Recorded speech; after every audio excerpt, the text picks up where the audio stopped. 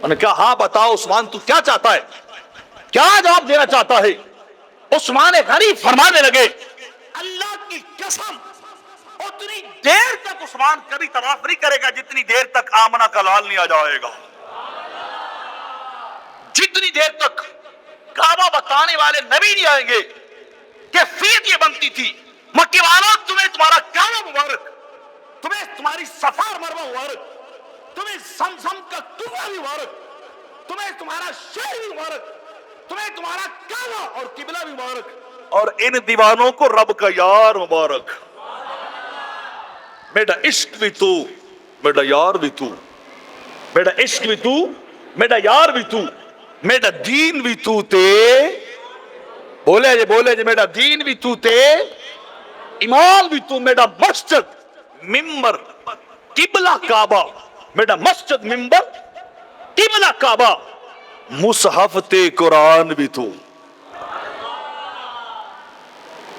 تو عثمان غنی لوگ باتیں کر رہے تھے, حضور عثمان تو رک گئے وہاں, بڑی دیر لگا دی, بار بار نیگوشیشن میں کئی راؤنڈز ہوئے گفتگو کے.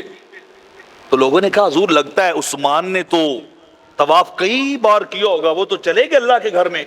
سرکار خاموش رہے. جب پلٹ کے عثمان غنی آئے اور بغیر طواف کے آئے, بغیر بولیے طواف کے بغیر آئے, کعبے کی طرف نگاہ اٹھا کے نہیں دیکھی, جیسے گئے ویسے پلٹ آئے.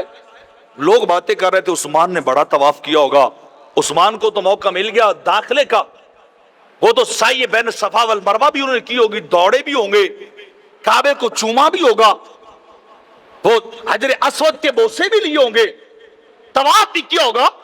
جب عثمان پلٹ کے آئے لوگوں نے پوچھا عثمان بتاؤ کتنی بار طواف کیا ہے, کتنی بار اللہ کے گھر کے ارد گرد چکر لیے ہیں؟ اور میں خدا کی قسم میں نے تو ایک بار بھی طواف نہیں کیا, ایک بار بھی طواف نہیں کیا. عثمان کیوں نہیں کیا؟ کعبے کے پاس پہنچے تھے, کعبہ سامنے بھی تھا, مکہ میں داخلہ بھی تھا, تو تم نے طواف کیوں نہیں کیا ہے؟ اور میں طواف کیسے کرتے, ہمارا قبلہ کعبہ تو یہاں تھا.